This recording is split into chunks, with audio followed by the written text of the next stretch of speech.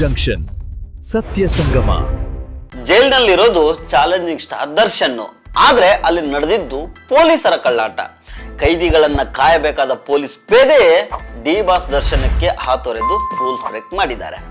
ಆದ್ರೆ ಪಿಕ್ಚರ್ ಅಲ್ಲಿಗೆ ಮುಗಿಯೋದಿಲ್ಲ. ಕ್ಲೈಮ್ಯಾಕ್ಸ್ ನಲ್ಲಿ ರಿಯಲ್ ಸಿಂಗಂ ಅಲೋಕ್ ಕುಮಾರ್ ಎಂಟ್ರಿ ಕೊಟ್ಟಿದ್ದಾರೆ. ಹಾಗಾದ್ರೆ ಅಲೋಕ್ ಕುಮಾರ್ ಎಂಟ್ರಿ ಕೊಟ್ಟ ನಂತರ ಅಲ್ಲಿ ನಡೆದಿದ್ದೇನು ಅನ್ನೋದನ್ನ ಈ ವಿಡಿಯೋದಲ್ಲಿ ಡೀಟೇಲ್ ಆಗಿ ನೋಡೋಣ. ಈ ಘಟನೆ ನಡೆದಿದ್ದು ಜನವರಿ 24ನೇ ತಾರೀಕು. ಯಲಹಂಕದ ಕಾನ್ಸ್ಟೇಬಲ್ ಒಬ್ರು ಆರೋಪಿಯನ್ನ ಬಿಡೋದಿಕ್ಕೆ ಪರಪ್ಪನ ಅಗ್ರಹಾರಕ್ಕೆ ಬಂದಿರ್ತಾರೆ. ಕೆಲಸ ಮುಗೀತು ಓಡ್ಬೇಕಿತ್ತಲ್ವಾ, ಮನ್ಸು ಕೇಳಲಿಲ್ಲ ಅವರಿಗೆ.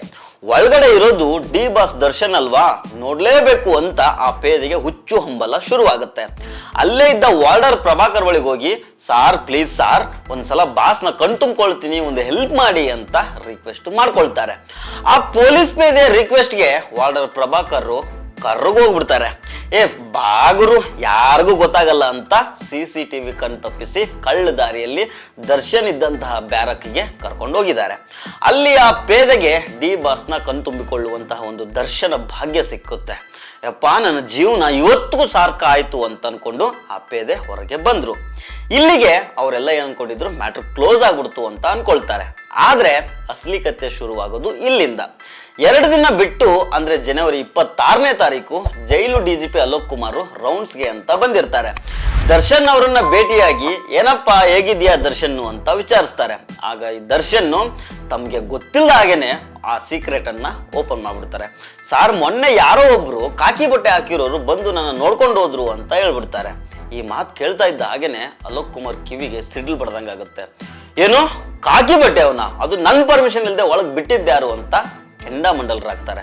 ತಕ್ಷಣ CCTV ರೂಮ್ಗೆ ನುಗ್ಗಿ ಫುಟೇಜ್ ರಿವೈಂಡ್ ಮಾಡಿ ನೋಡಿದ್ರೆ ಸಾಕ್ಷಿ ಸಮೇತ ವಾರ್ಡರ್ ಪ್ರಭಾಕರ್ ಮತ್ತು ಆ ಪೇದೆಯ ಕಳ್ಳಾಟ ರೆಡ್ ಹ್ಯಾಂಡ್ ಆಗಿ ಸಿಕ್ಕಿಬೀಳುತ್ತೆ.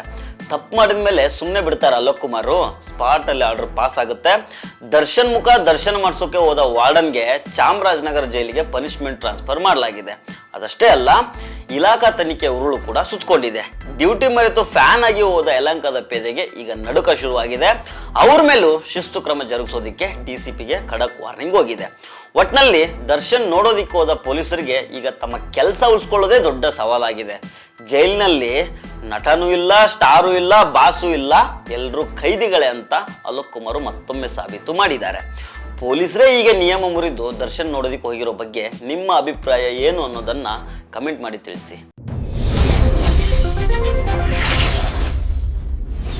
ನ್ಯೂಸ್ ಜಂಕ್ಷನ್ ಸತ್ಯ ಸಂಗಮ.